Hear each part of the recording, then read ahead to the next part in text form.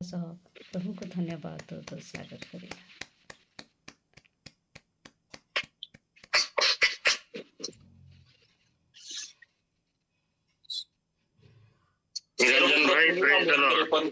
प्रभु यीशु ख्रीष्ट नाम पिता ईश्वर धन्यवाद हो।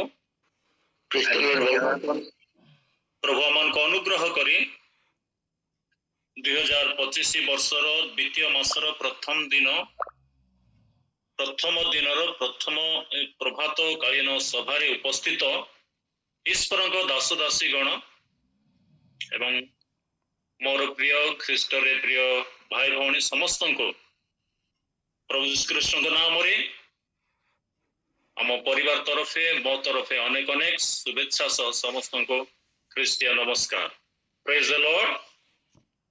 प्रभु अनुग्रह करी आम को सुंदर अवकाश दे अछंती और ये अवसर मध्य ये अवसर देइथिबा हेतुरु कमिटी को मध्य मो धन्यवाद देवी। कमिटी रो समस्त सदस्य प्रभु दास दासी भाई भौणी समस्त को मो आउ थरे मध्य कृतज्ञता हृदय सह धन्यवाद ज्ञापन करबा संग संगे आज दिनर ए प्रभात कालीन सभारे आमानकर जीवन आत्मिक जीवन रो अभिवृद्धि निमंते आत्म समीक्षा करिबा निमंते मध्य होई पारे से भली भाबरे मन ईश्वरकर वाक्य जा प्रथम सामुएल 7 पर्व तार 8 9 10 11 12 ए 8 रु 12 पद पर्यंत मैंने अध्ययन करूँ किंतु समस्त पद मैंने अध्ययन न करूँ समय अभाव हेतु केवल मैंने 12 पद को मैंने अध्ययन करूँ। आम मध्य कहीं जड़े भाई कि भौणी कहीं जड़े पढ़ारे आम मत साहाय्य करेंगे जे 12 पदटी 7 पर्व प्रथम सामुएल 7 पर्व तार 12 पद।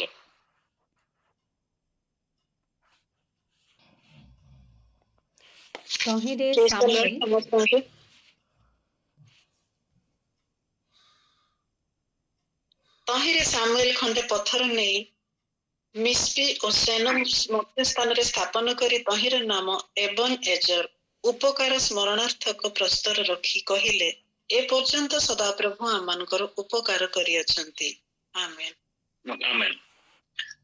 पदे प्रार्थना करिबा। स्वर्गस्थ पिता धन्यवाद होछि तुमार पुत्र यीशु को नाम रे महादया प्रकाश करी प्रभु आज शास्त्रांश रे अंशटी आमान को जीवन रे अध्ययन करिया पाए पण एथिरो प्रभु आमान को जीवन रे तुमर अद्भुत आश्चर्य कर्म देखिबा पाए पण तुमको तुमर पवित्र नाम रो धन्यवाद करिया पाए प्रभु तुम आमान को साहाय्य कर पवित्र आत्मा ईश्वर अष्टादर दी तुम गौरव पाओ सूची एवं पवित्र कर पण ए जे पर्यंत आमाने तुमर उपस्थिति रे रहिछो पवित्र आत्मांकर मोहर रे हम समस्त मुद्रांकित करी एकत्र एक व्यक्ति तुल्य आमानकर मन को वाक्य प्रति ध्यान रे रहिबा पाए साहाय्य प्रदान कर बुझिबा निमंते अनुग्रह प्रदान कर सब गौरव तुमरी पवित्र आत्मा ईश्वर वक्ता ही कथा कहूथिबारु धन्यवाद दे यीशु के नाम रे मागुछि आमेन। प्रभु हमन को आशीर्वाद करंतो। ए जो शास्त्रांशटी आमने अध्ययन करिछे या कोनसे नुवा शास्त्रांश नुहे वा नूतन विषय नुहे एथिरो आमने अनेक थर शिक्षा करि थाई पारु तेबे मध्य ए पदनी प्रभु मो प्रार्थना करथिले प्रभु मते जो दिया जाइथिबा सुजोग मध्यरे तुमर वाक्य तुम लोक मानक मध्यरे को वाक्यटी देई तुमे कथा कहया पे चाहुछ हम प्रार्थना करथिले मो प्रार्थना करू करू प्रभु मनरे यहाँ ही मते गोटे प्रेरणा जुगाइले एवं पदटी देई अछंती आ प्रभु मते जहाँ दी अछंती से विषय मो आपण मानक निकट उपस्थापन करिया पे चाहिबी पवित्र आत्मा साहाय्य करंतु एवं से पद आपण मानक मध्य प्रभु आपण मानक मध्य प्रेरणा जुगाई थिबे निश्चय एवं भिन्न भाव रे मध्य शिक्षा करि थाई पारंती तेबे मध्य आज आमने सुनो एवं ए पदटी को ए भली भाव रे तार तीन उद्देश्य को ये भाव रखी कि एपर्यंत सदा प्रभु आम्भमानकर उपकार करि अछंती। Praise the Lord. से पदर शेष अंश रे माने स्थिति की पढ़िथिलु कि ए पर्यंत सदा प्रभु आम्भमानक उपकार करि अछंती। मन रखिबा पाए उद्देश्यमूलक भाव रे ताको रखी एभली भाव रे माने सिथिरो गोटे दुईटी उदाहरण नहीं माने ईश्वर वाक्य शुणी आत्म समीक्षा मान कर तेबे प्रभु नाम धन्यवाद हो सामुएल खंडे प्रस्तर नेले मिस्पी ओसेन मध्य स्थान रे स्थापन करी तहिर नाम एबनेजर रखिले एबनेजर रो अर्थ हैला सेथरे ही लिखा अछि स्मरणार्थक प्रस्तर मने पकाइबा रखिले मने पकाइबा आ से कहिले ए पर्यंत सदा प्रभु अमानकर उपकार करियछंती जेतले ए पदटी कहउछंती सेतबेले तो हमको या बुझबा के हेबो कि आदि पुस्तक 15 पर्वरो यहाँ 13 पदरु 15 पर्व तार 13 पदरु अब्राहम इसहाक जाकोबंक गोस्तीर जीवन यात्रा जहा 40 वर्षरु ऊर्ध्व मिस्र देशरु प्रतिज्ञात देश मध्य को आसीबा समय ईश्वर मूसा महायाजक हारण जिहोशुए भविष्य वक्ता सामुएलଙ୍କ पर्यंत जेहेतु सामुएल से समय भविष्य वक्ता थिले विचारकर्ता थिले एवं महायाजक मध्य से थिले से पर्यंत तेबे एमानक मध्य रे जे मिस्र देश रे अब्राहम इसहाक जाकोबंकर परिवार मिस्र देश रे 400 वर्ष से मान रहिबे एवं से माने दास्य कर्म करिवे सेठो से बाहरी आसीबे तो से माने 430 वर्ष पर्यंत से स्थान रहिले एवं सेठो मोसांको निर्देश अनुसार ईश्वर से मान को पथ कढ़ाई आनिले ए जो अमान निमंते तो हमें जो पदटी पढ़िचो एवं शास्त्रांश को हम एभली भाबरे बुझिबा निमंते उदाहरण स्वरूप थीम कर रखिचो कि ए पर्यंत सदा प्रभु अमान को उपकार करियछंती ए पदटी को अमान को मन रखिबा एवं ताको नै एमान समस्त उदाहरण ईश्वर को वाक्य रो सुनिबा जो समय से मिस्र देश रही थिले से समय 10 गोटी आश्चर्य कर्म ईश्वर कले आ तहा इस्राएल लोक माने देखिले अनुभव कले निज जीवन रे तापरे मोसांकर आदेश अनुसार ईश्वर को निर्देश बोली बुझिले एवं मिस्र देश से माने बाहरी फारो तांको छाड़ी देले एवं से माने बाहरी आसिले एतले से माने बाहरी आसिले से समय से मानको पाई सुख समुद्र बाघ भली रास्ता रे ठिया होई रहला शत्रु भावरे पछरे फारोंकर सैन्य आगरे सुख समुद्र से माने चित्कार कले सेठो मूसा ईश्वर निकट रे से मानको पाई प्रार्थना कले एवं समुद्र से माने बाहरी आसिले शुष्क भूमि हला जल प्राचीन भली ठिया होईची आ से माने शुष्क भूमि देई बाहरी आसिले किंतु समस्त मिस्र देशर राजा फारो सैन्य समस्त अश्व रथ सब समुद्र रे बुड़ी मले घटना से माने देखिले तार 3 दिन यात्रा परे परे से माने पानी रो असुविधार सम्मुखीन हेले से समय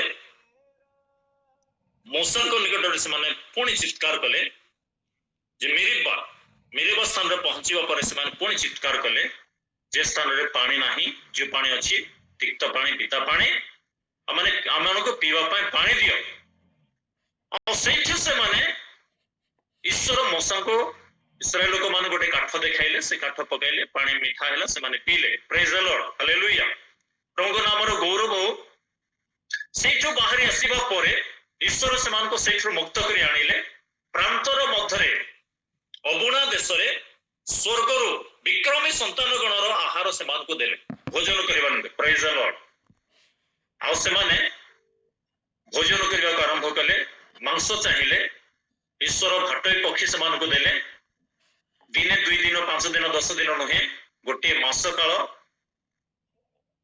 दांतर चिटिका उठिबा पर्यंत से मान को मांस भोजन करबा को देले विभिन्न भाव रे से मान ईश्वर से मान को आश्चर्य कर्म दे दिन प्रतिदिन कढ़ाई आनिले एवं से मान को सहित से रहिले दिन रे मेघस्तंभ भाव रे मेघस्तंभ रे रहिले रात्रि रे अग्निस्तंभ ए समस्त वृत्तांत माने जानो तो समस्त दे जे पथ से कढ़ाई आनिले शेष रे से विभिन्न राज्य एवं देशर लोक मान सहित से युद्ध भी युद्ध कर ଏବଂ ଅବଶେଷରେ ପଲେଷ୍ଟିଆ ମାନଙ୍କ ସାମନାରେ ଆସିଲେ। ପଲେଷ୍ଟିଆ ଦେଶକୁ ଯେତେବେଳେ ଆସିଲେ ପଲେଷ୍ଟିଆ ମାନଙ୍କ ସହିତ ସେମାନଙ୍କର ଯୁଦ୍ଧ ହୋଇଛି। ଆଉ ପଲେଷ୍ଟିଆ ମାନେ ସେମାନେ ଇସ୍ରାଏଲ ଲୋକମାନଙ୍କର 4000 ଲୋକଙ୍କୁ ବଧ କଲେ, ହତ୍ୟା କଲେ। ତାର ପରବର୍ତ୍ତୀ ସମୟ ଯେ ଆମେ ଦେଖିବା ପାରୁଛୁ ସେମାନଙ୍କୁ ହତ୍ୟା କରିବା ପୂର୍ବରୁ ଇସ୍ରାଏଲ ଲୋକମାନେ ଈଶ୍ୱର ବିହୁନେ 20 ବର୍ଷ ଜୀବନ କାଟିଲେ। 7 ପର୍ବରେ ଆମେ ତାହା ପ୍ରଥମ ପଦରେ ଦେଖିବାକୁ ପାରୁଛୁ। ପ୍ରଥମ ସାମୁଏଲ 7 ପର୍ବ 1 ପଦରେ 20 ବର୍ଷ ପର୍ଯ୍ୟନ୍ତ ସେମାନେ ଈଶ୍ୱର ବିହୁନେ ମଧ୍ୟ ଜୀବନ ଯାପନ କଲେ। ଏଭଳି ଭାବରେ ପଥ ମଧ୍ୟରେ ସେମାନେ ଅନେକ ମୃତ୍ୟୁବରଣ କଲେ। ମହାମାରୀ ଦ୍ୱାରା, ପାପର ପ୍ରତିଫଳ ସ୍ୱରୂପେ, ବ୍ୟଭିଚାର କର୍ମ କରିବା ଦ୍ୱାରା, ପ୍ରତିମା ପୂଜା କରିବା ଦ୍ୱାରା ଈଶ୍ୱରଙ୍କୁ ପରିତ୍ୟାଗ କଲେ। କେବେ ଉତ୍ଥାନ, କେବେ ପତନ, କେବେ ବିଶ୍ୱାସ, କେବେ ଅବିଶ୍ୱାସ, କେବେ ଈଶ୍ୱରଙ୍କ ସେବା, କେବେ ମୂର୍ତ୍ତି ସେବା, ପ୍ରତିମା ପୂଜା, ଏଭଳି ଭାବରେ ସେମାନଙ୍କର ଜୀବନ ଯାତ୍ରା ରହିଥିଲା। ଆଉ ତାରି ଭିତରେ ମଧ୍ୟ ଯୁଦ୍ଧ ଲାଗିକି ରହିଲା ଏବଂ ସେ ଯୁଦ୍ଧରେ 4000 ଲୋକ ମୃତ୍ୟୁବରଣ କରିବା ପରେ 30,000 ଲୋକ ମାରା ପଡ଼ିଲେ। ଯେତେବେଳକୁ ଭବିଷ୍ୟତ ବକ୍ତା ସାମୁଏଲଙ୍କୁ ସେମାନେ ନିବେଦନ କଲେ, ମହାଶୟ, ଏବେ ଈଶ୍ୱର ବିହନେ ଆମମାନେ 20 ବର୍ଷ ଜୀବନ ଯାପନ କଲେଣି, ଆମକୁ ଆଉ ଭଲ ଲାଗୁନାହିଁ। ଈଶ୍ୱରଙ୍କ ନିକଟରେ ଆମମାନଙ୍କ ସପକ୍ଷରେ ପ୍ରାର୍ଥନା କରନ୍ତୁ, ଯେପରି ଆମମାନେ ଉଦ୍ଧାର ପାଇବୁ।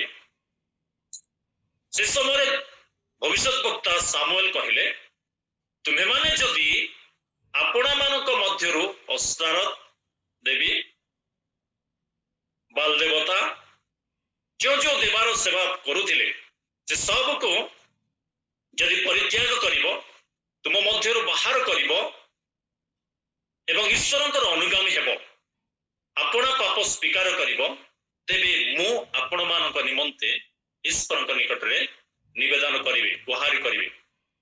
ସେଥିରେ ଇସ୍ରାଏଲ ଲୋକମାନେ କହିଲେ, ଠିକ ଅଛି, ଆମେ ପାପ କରିଛୁ। 7 ପର୍ବରେ ସେ କହୁଛନ୍ତି ଯେ ସେମାନେ ସମ୍ପୂର୍ଣ୍ଣ ଭାବରେ ଯେଉଁ ଅସ୍ତାର ଦେବୀ ପ୍ରତିମାର ଅନୁଗାମୀ ହୋଇଥିଲେ, ବାଲ ଦେବତାର ଅନୁଗାମୀ ହୋଇଥିଲେ, ସମ୍ପୂର୍ଣ୍ଣ ଭାବରେ ସେମାନେ ତାକୁ ତ୍ୟାଗ କଲେ ଏବଂ ଅନୁତାପ କରି କହିଲେ, ହେ ପ୍ରଭୁ, ଆମ୍ଭେମାନେ ପାପ କରିଅଛୁ। ଆଉ ଈଶ୍ୱର ସେ ସମୟ ସେମାନଙ୍କର ସ୍ୱୀକାର ଉକ୍ତି ଉପରେ ଏକ ଅଦ୍ଭୁତ କାର୍ଯ୍ୟ କଲେ ଏବଂ ସାମୁଏଲଙ୍କ ଦ୍ୱାରା ତାଙ୍କ ନିକଟରେ ଏହି ବାକ୍ୟ ଉପସ୍ଥିତ ହେଲା ଏବଂ ଏହି କର୍ମ ହେଲା ଯେ ସେଇଦିନ ପଲିଷ୍ଟିଆ ମାନଙ୍କୁ ଈଶ୍ୱର ଇସ୍ରାଏଲ ମାନେ ଯୁଦ୍ଧ ନ କରିବା ପୂର୍ବରୁ ମେଘ ଗର୍ଜନ ଦ୍ୱାରା ଭୟଭୀତ କରି ସେମାନଙ୍କୁ ବିତାଡ଼ିତ କଲେ। ହାଲେଲୁୟା, ପ୍ରଭୁଙ୍କ ନାମର ଧନ୍ୟବାଦ। ଇସ୍ରାଏଲ ସପକ୍ଷରେ ଈଶ୍ୱର ଯୁଦ୍ଧ କଲେ ଏବଂ ପଲିଷ୍ଟିଆ ମାନଙ୍କୁ ଇସ୍ରାଏଲ ଲୋକମାନଙ୍କ ମଧ୍ୟରୁ ତୋଡ଼ିଦେଲେ। ତହିଁରେ ଇସ୍ରାଏଲ ସମସ୍ତେ ଗୋଡ଼େଇ ସେମାନଙ୍କୁ ହତ୍ୟା କଲେ ଏବଂ ସେମାନେ ରାଜ୍ୟ ବିସ୍ତାର। ପ୍ରେଜ୍ ଦ ଲର୍ଡ, ପ୍ରଭୁଙ୍କ ନାମର ଧନ୍ୟବାଦ। ଏହି ସମସ୍ତ କର୍ମ ହେବା ଦ୍ୱାରା ବା ଏହି ସମସ୍ତ କର୍ମ ଈଶ୍ୱର ଇସ୍ରାଏଲ ସପକ୍ଷରେ କରିବା ଦ୍ୱାରା ଇସ୍ରାଏଲ ଲୋକ ଏବେ କହିଲେ ଯେ ଏ ପର୍ଯ୍ୟନ୍ତ ମିଶ୍ର ଦେଶରୁ ବାହାରି ଆସିବା ସମୟ ଠାରୁ ଯେତେ ଅଦ୍ଭୁତ ଆଶ୍ଚର୍ଯ୍ୟ କର୍ମ ଗୁଡାକ ହୋଇଅଛି, ଏ ସମସ୍ତ କଥାକୁ ସେମାନେ ମନେ ପକାଇ କିଭଳି ଭାବରେ ସେମାନେ ଶତ୍ରୁ ହସ୍ତରୁ ଉଦ୍ଧାର ପାଇଛନ୍ତି, ଆଉ ସେ ସବୁ କଥାକୁ ମନେ ପକାଇ ସେମାନେ କହୁଛନ୍ତି ଯେ ଏ ପର୍ଯ୍ୟନ୍ତ ଏଭଳି ପରିସ୍ଥିତିରେ ଥିଲେ ସୁଦ୍ଧା, ଏଭଳି ଜୀବନ ଯାପନ କଲେ ସୁଦ୍ଧା, ଏଭଳି ଈଶ୍ୱର ବିହନେ ବଞ୍ଚେଇଲେ ସୁଦ୍ଧା ଆଜି ପର୍ଯ୍ୟନ୍ତ ଈଶ୍ୱର ଆମ୍ଭମାନଙ୍କର ଉପକାର କରିଅଛନ୍ତି। ହାଲେଲୁୟା, ପ୍ରେଜ୍ ଦ ଲର୍ଡ, ପ୍ରଭୁଙ୍କ ନାମର ଧନ୍ୟବାଦ। ଏଇ କଥାକୁ ସେମାନେ କହୁଅଛନ୍ତି। ତେବେ ଏଇଭଳି ଭାବରେ ଏଇ ଥିଲା ଇସ୍ରାଏଲ ଲୋକଙ୍କର ବୃତ୍ତାନ୍ତ। କିନ୍ତୁ ଆଜି ଆମମାନେ ଇସ୍ରାଏଲ ଲୋକ, ଆତ୍ମିକ ଭାବରେ ମାନେ ଇସ୍ରାଏଲ ଲୋକ, ତେବେ ମଧ୍ୟ ମାନେ ଅବ୍ରାହମକୁ ବିଶ୍ୱାସ କରି ଅବ୍ରାହମଙ୍କ ଈଶ୍ୱରଙ୍କୁ ବିଶ୍ୱାସ କରିବା ଦ୍ୱାରା ଅବ୍ରାହମଙ୍କର ସନ୍ତାନ ହେବା ଦ୍ୱାରା ଆଜି ଆମମାନେ ଈଶ୍ୱରଙ୍କର ସନ୍ତାନ ହୋଇଅଛୁ। ତେବେ ଆମମାନଙ୍କ ପାଇଁ ସେମାନଙ୍କ ପାଇଁ ଯେଉଁ ପ୍ରତିଜ୍ଞା ଥିଲା ତାହା ଆମମାନଙ୍କ ପାଇଁ ମଧ୍ୟ, କିନ୍ତୁ ଆମମାନଙ୍କୁ ଏକ ସ୍ୱତନ୍ତ୍ର ଭାବରେ ଈଶ୍ୱର ମନୋନୀତ କରିଅଛନ୍ତି, ଯାହା ଏଫେସିୟ 2 ପର୍ବ Ephesians chapter 2 verse 4 and 5। ତ ଏଫେସିୟ 2 ପର୍ବ 4 ଏବଂ 5 ପଦରେ ଲେଖା ଅଛି, ମାତ୍ର ଏପରି ଅପରାଧରେ ମୃତ ହେଲେ ହେଁ ଦୟାର ସାଗର ଯେ ଈଶ୍ୱର ସେ ଆମ୍ଭମାନଙ୍କୁ ଯେଉଁ ମହାପ୍ରେମରେ ପ୍ରେମ କଲେ, सेठी सकाशे आमको ख्रीष्टन सहित सजीव कर प्रेज द लॉर्ड हालेलुया अनुग्रह रे आम्भे माने परित्राण पाइअछु जो ईश्वर अपना इच्छा अनुसार बा इच्छार संकल्प अनुसार समस्त विषय साधन करती ताहांको अभिप्राय अनुसार आम्भे माने पूर्वरु निरूपित हेलु प्रेज द लॉर्ड हालेलुया जे आमने ताको पूर्वरु निरूपित नथिलु कि ईश्वरको संकल्प अनुसार ईश्वरको अपना इच्छार संकल्प अनुसार से आमनको पुनर्जन्म देले उद्धार कले मृतमान को मध्य हम जीवन देले दयार सागर ईश्वर बा ख्रीष्ट जीशु सहित आमको सजीव करी अछंती प्रेज द लॉर्ड एथि पाई एबे आमाने ईश्वरकर संतान संपत्ति होइछु पूर्वरु आमाने तांकर प्रजावाच्य नथिलु किंतु अनुग्रह रे आमाने तांकर प्रजावाच्य होइछु तांकर निज लोक होइछु तांकर संतान संपत्ति होइछु एवं आमानको से मध्य प्रथम पितर 2:9 अनुसार अंधकार महासज लोक मध्य आह्वान करिसेंती राजकीय जाजक वर पवित्र जाति एवं तागर निजर लोक करिसेंती हालेलुया प्रेज द लॉर्ड ईश्वर एते अनुग्रह आमानक प्रति करि अछंती तो ए अनुग्रह पाइबा पाए मथेन सुसमाचार 8 पर्व तार 19 एवं 20 पदरे केतेक लोक जे मानक विषय कहा जाय शास्त्री एवं फारूसी तो ए फारूसी मानक बा शास्त्री मानक मध्यरु जणे जीशुଙ୍କ निकटକୁ आसी कहिले हे गुरु आपण जे कोनोसी स्थान को जिवे मु आपणकर अनुगामी अनुगमन करिवे ए कथा शास्त्री ताको कहिले जीशुଙ୍କୁ कहिले सेठिरे जीशु 20 पदरे सेठिरे जीशु ताहांको कहिले कोकिसियाळीर गात अछि आकाश पक्षीर बसा अछि मात्र मनुष्य पुत्रंकर मुंड रखिबार स्थान नाही सेठिरे से भगा पळाइले से ताको मनरे गोटे आशा नहीं आछंती विभिन्न कथा ताको मनरे नहीं आछंती किंतु जीशु केतेबेले निज विषय परिचय देले जणाइले कि कहिले आकाश कोकिसियाळीर गात अछि बिलुआ मानकर गात अछि रहिया पे आश्रय स्थली अछि आकाश पक्षीर बसा अछि गछ गुडा से माने बसा बांधि रहिया पे गछ गुडा अछि डाल गुडा अछि किंतु मनुष्य पुत्रंकर मुंड रखिया पे आश्रय लेवा पे जगह नाही सेते बेलको से स्थान रो तांको छाड़ी पळाइले प्रिय लोक माने काहेकि तांको एभली जीशु कहिले कारण जीशु कहिबार तात्पर्य यहा थिला जे मनुष्य अवश्य बाहरी विषय देखे किंतु ईश्वर अंतकरण देखंती हालेलुया प्रभु नाम धन्यवाद हो मनुष्य जेपरि देखे सेपरि ईश्वर देखंती नाही ईश्वर मनुष्यर देखा एवं ईश्वर देखा भितर एक स्वतंत्र पृथकीकृत विषय रही तेणु मनुष्य बाहरी रूप देखे ईश्वर अंतकरण देखंती हालेलुया प्रभु नाम धन्यवाद हो तो से जेते देखुछंती जे तांकर हृदय की प्रकार मनोभाव की प्रकार जहा लिखा जाए जिसाया 29 पर्व तार 13 पदर लिखा जाए और प्रभु कहिले एही लोक माने आंभर निकटवर्ती होंती सत कथा और से माने अपना अपना मुखरे अष्टादरे आमर सम्मान मध्य करंती मात्र से माने अपना अपना अंतकरण आम ठारू दूर रे रखी अछंती प्रभु एही लोक को एथि पय कहिले कि आकाश पक्षीर बसा अछि कोकिसियाळीर गात अछि मनुष्य पुत्रंकर मुंड गंजी रखिबार स्थान नाही एथि पय से कहिले कारण तांकर अंतर को से देखुथिले बुझुथिले सेमानको हृदय को देखुथिले कारण से माने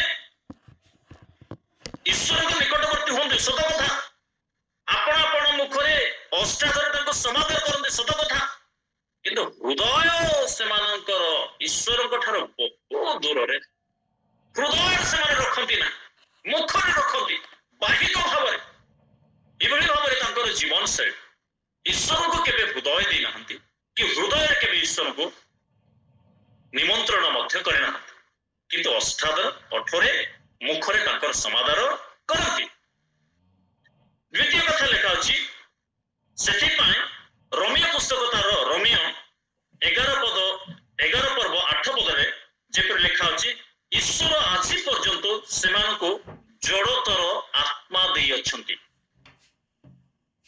ଜଡ଼ତାର ଆତ୍ମା ଦେଇଅଛନ୍ତି।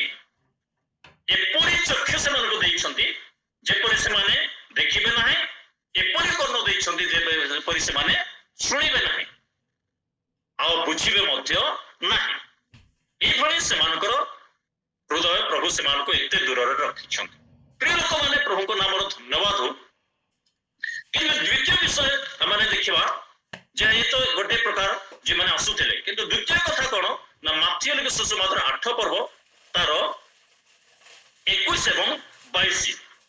ମାଥ୍ୟୁ 8, 21 ଏବଂ 22 ସେଇ ସ୍ଥାନରେ ଆମେ ଦେଖିବାକୁ ପାରୁଛୁ, ଯୀଶୁ ଆପଣା ଶିଷ୍ୟମାନଙ୍କ ମଧ୍ୟରୁ ଜଣକୁ କହିଲେ, ଯୀଶୁ ଆପଣା ଶିଷ୍ୟମାନଙ୍କ ମଧ୍ୟରୁ ଜଣେ ଶିଷ୍ୟ ଯୀଶୁଙ୍କୁ କହିଲେ କି ପ୍ରଭୁ, ପ୍ରଥମେ ଯେ ମୋର ପିତାଙ୍କୁ, ମୋର ବାପାଙ୍କୁ ସମାଧି ଦେବା ନିମନ୍ତେ ମତେ ଅନୁମତି ଦିଅନ୍ତୁ।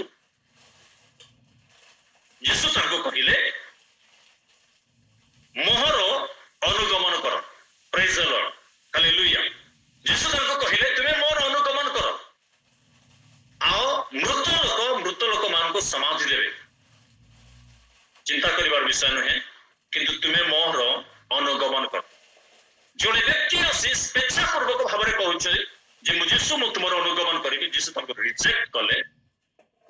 କିନ୍ତୁ ଜଣେ ଯୀଶୁ ଜଣକୁ ସୁପାରିଶ କରୁଛନ୍ତି, ଜଣେ ଯୀଶୁ ତାଙ୍କୁ ନିମନ୍ତ୍ରଣ କରୁଛନ୍ତି, ଆହ୍ୱାନ ଦଉଛନ୍ତି କି ତୁମେ ମୋର ଅନୁଗମନ କର। ହାଲେଲୁୟା। କାହିଁକି ନା ଆମେ ଦେଖୁଥିଲୁ ହୃଦୟ ଈଶ୍ୱର ଦେଖିବା, ଈଶ୍ୱର ହୃଦୟ ଦେଖିବା ଈଶ୍ୱର ଅଟନ୍ତି। ପ୍ରେଜ୍ ଦ ଲର୍ଡ। ପ୍ରଭୁଙ୍କ ନାମର ଧନ୍ୟବାଦ। ଏଇ ସନ୍ଦର୍ଭରେ ଆମେ ମାର୍କ ଲିଖିତ ସୁସମାଚାର ତାର 6 ପର୍ବ 31 ରୁ 53 ପଦ ପର୍ଯ୍ୟନ୍ତ ଯଦି ତାହା ଲମ୍ବା ଅଟେ, ତେବେ ମଧ୍ୟ ଆମେ ସେଥିରୁ କିଛି ଶିକ୍ଷା କରିପାରିବା। ଯୀଶୁ ସେ ଶିଷ୍ୟଙ୍କୁ କହିଲେ, ଯେ ଶିଷ୍ୟ ତାଙ୍କୁ କହିଲେ, ମୁଁ ମୋର ପିତାଙ୍କୁ ସମାଧି ଦେଇ ଆସିବା ପାଇଁ ମତେ ଅନୁମତି ଦିଅନ୍ତୁ। ଯୀଶୁ କହିଲେ ତାଙ୍କ ବିଷୟରେ ଛାଡ଼, ସେମାନଙ୍କୁ ସମାଧି ଦେବା ନିମନ୍ତେ ଲୋକ ଅଛନ୍ତି, କିନ୍ତୁ ତୁମେ ମୋର ଅନୁଗମନ କର। ପ୍ରେଜ୍ ଦ ଲର୍ଡ, ହାଲେଲୁୟା। ତ ଆଜି ଯେଉଁ ବ୍ୟକ୍ତିଙ୍କୁ ଯୀଶୁ ନିମନ୍ତ୍ରଣ କଲେ, ତଦ୍ରୁପ ଭାବରେ ଆଜି ଆମମାନଙ୍କୁ ଯୀଶୁ ସେଇଭଳି ଆହ୍ୱାନ କଲେ। ମାଥ୍ୟୁ 11:28 ଅନୁସାରେ ପରିଶ୍ରାନ୍ତ ଭାରଗ୍ରସ୍ତ ଲୋକ ସମସ୍ତେ ମୋ ନିକଟକୁ ଆସ, ଆମ ନିକଟକୁ ଆସ। ଏଇ କଥା ପ୍ରଭୁ ଆଜି ଆହ୍ୱାନ ଦେଇଅଛନ୍ତି ଆଉ ସେଇ ଆହ୍ୱାନରେ ଆମେ ଆହୁତ ହୋଇଅଛୁ। ପ୍ରେଜ୍ ଦ ଲର୍ଡ। ପ୍ରଭୁଙ୍କ ନାମର ଧନ୍ୟବାଦ ହଉ। ତେବେ ସେ ଆହୁତ ଲୋକକୁ ଏଇ କଥା ସେ ଜଣାଇବା ପାଇଁ ଚାହୁଁଛନ୍ତି ଯେ ମାଥ୍ୟୁ 6 ପର୍ବ ତାର 31 ପଦରୁ ଆରମ୍ଭ ହୁଏ ଏବଂ 53 ପଦରେ ତାହା ସମାପ୍ତ ହୁଏ। ଆଉ ସେଥିରେ ଏହି ଘଟଣାଟି ଆମେ ଦେଖିବାକୁ ପାରିଛୁ। ଆଉ ଯୀଶୁ ଶିକ୍ଷା ଦେଉ ଦେଉ ଅନେକ ତାହାଙ୍କ ନିକଟକୁ ଆସନ୍ତେ ଦିନ ଗଡ଼ି ଯାଇଛି, ବେଳ ବୁଡ଼ିବାକୁ ଯାଉଛି।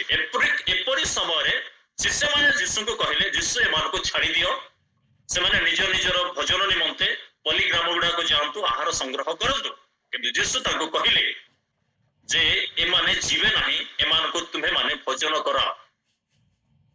ତହିଁରେ ସେମାନଙ୍କୁ ପଚାରିଲେ, ତୁମମାନଙ୍କ ପାଖରେ କଣ କିଛି ଖାଇବାର ଅଛି? ସେମାନେ କହିଲେ 5ଟି ରୋଟି 2ଟି ମାଛ। ଶେଷରେ ଶିଷ୍ୟମାନେ କହିଲେ 100 ଟଙ୍କା ରୋଟି କିଣିଲେ ମଧ୍ୟ ଏମାନଙ୍କ ପାଇଁ ହେବ ନାହିଁ। ଯୀଶୁ କହିଲେ, ରୋଟି ଗୁଡାକ ଆମ ପାଖକୁ ଆଣ। ନେଲେ, ଯୀଶୁ ଆଶୀର୍ବାଦ କଲେ, ଧନ୍ୟବାଦ ଦେଲେ ଏବଂ ସେମାନଙ୍କୁ ଦେଲେ, ଶିଷ୍ୟମାନଙ୍କ ହାତରେ ଦେଲେ ବାଣ୍ଟି ଦେବା ପାଇଁ। ବାଣ୍ଟି ଦେଲେ ଏବଂ 5000 ପୁରୁଷ ଲୋକ, 5000 ଊର୍ଧ୍ୱ ଲୋକ ଖାଇବା ପରେ ଆହୁରି 12 ଟଙ୍କାଇ ବଳକା ରହିଲା। ପ୍ରେଜ୍ ଦ ଲର୍ଡ, ହାଲେଲୁୟା।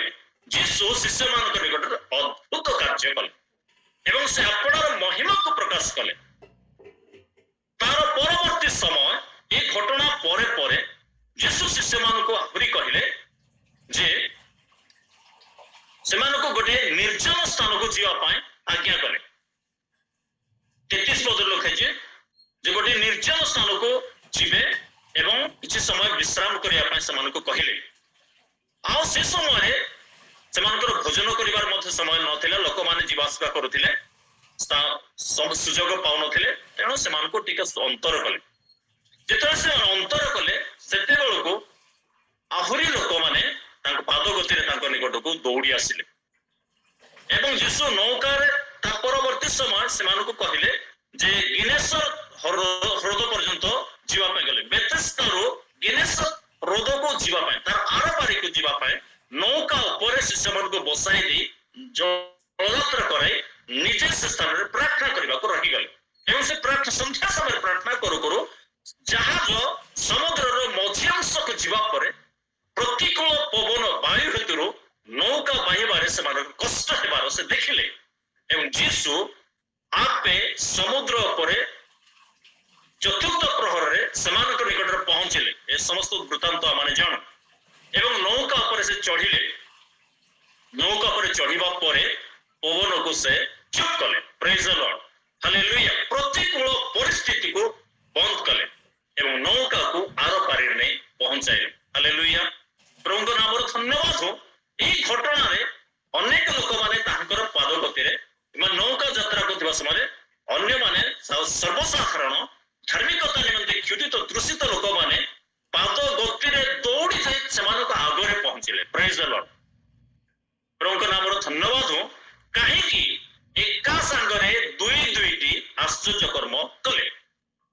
କାରଣ ଆଶ୍ଚର୍ଯ୍ୟ କର୍ମ କରିବାର ଏହା ଥିଲା ଯାହା ତାର 52 ପଦରେ ଲେଖା ଅଛି।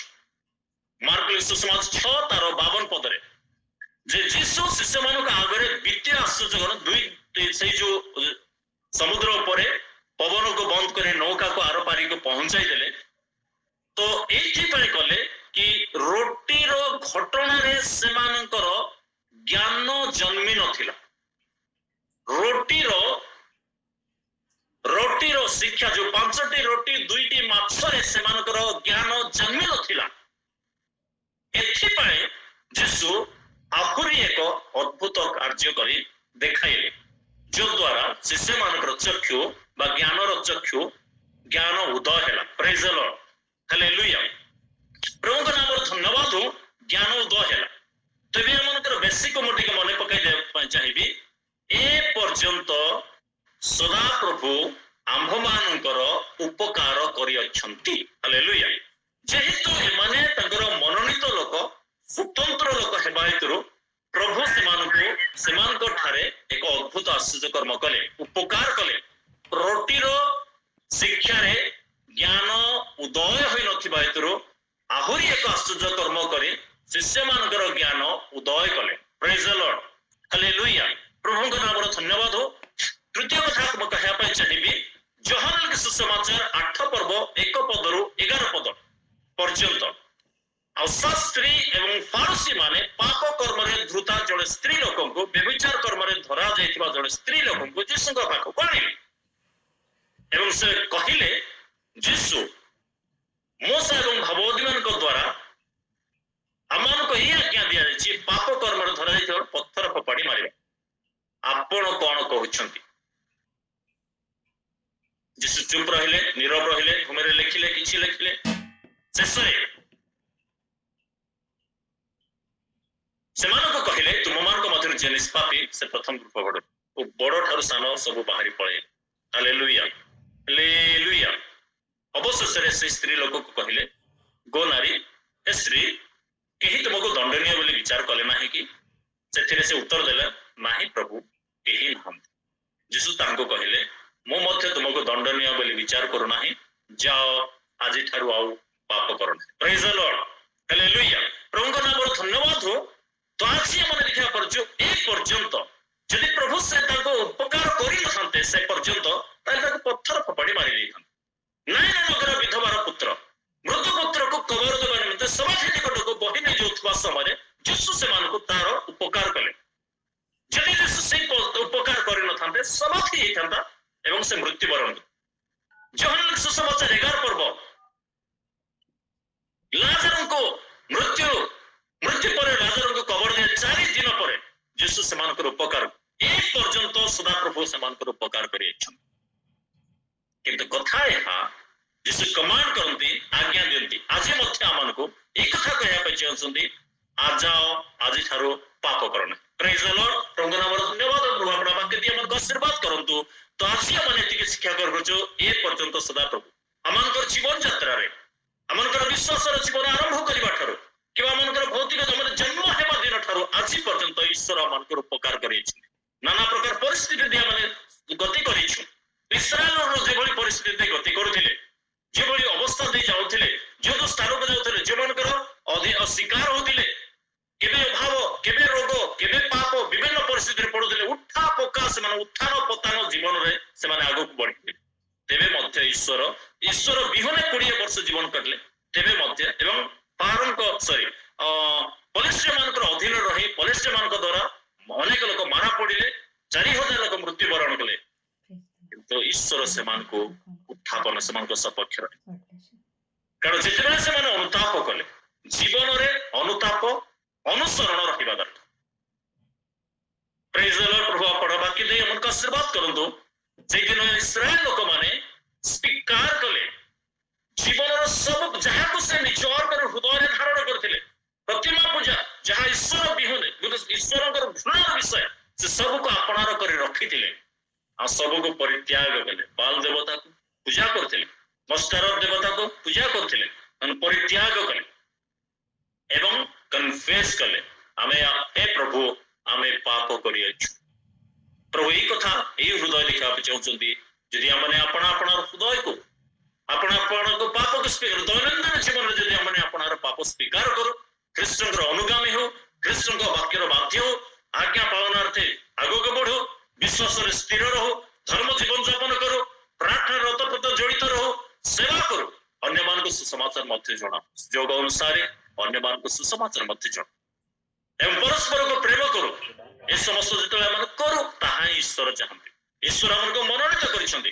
केतेक लोक जे मन जीवती लोक मन से तड़ा निज ठारू दूर कर देले तड़ा खाइले एवं शास्त्री फर्सी माने बाहर गले यीशु समान को निमंत्रण कले नाही किंतु यीशु जानंती हृदय देखंती प्रभु मन को जगत मध्य मनोनीत कले हमनकर क्रियाकर्म योग्यता सकाश नहे अनुग्रह हमने पाप रे पतित होइतिल अधर्म जीवन थिला अन्याय विभिन्न विषय किंतु प्रभु हमन को उत्थान कले उठाइले आपण रक्त द्वारा हमको धौत कले एवं आज हमन तंकर शिष्य शिष्या करी रखिछंती हमन को जीवन रे आज ठार ए दिन मान ठारू धर्म जीवन यापन कर शांति रे बचिबा प्रेम रे विश्वास रे धैर्य सहित पवित्र जीवन धर्म जीवन यापन करिवारे प्रभु हम समस्त को आशीर्वाद करतु आमेन प्रेज द लॉर्ड।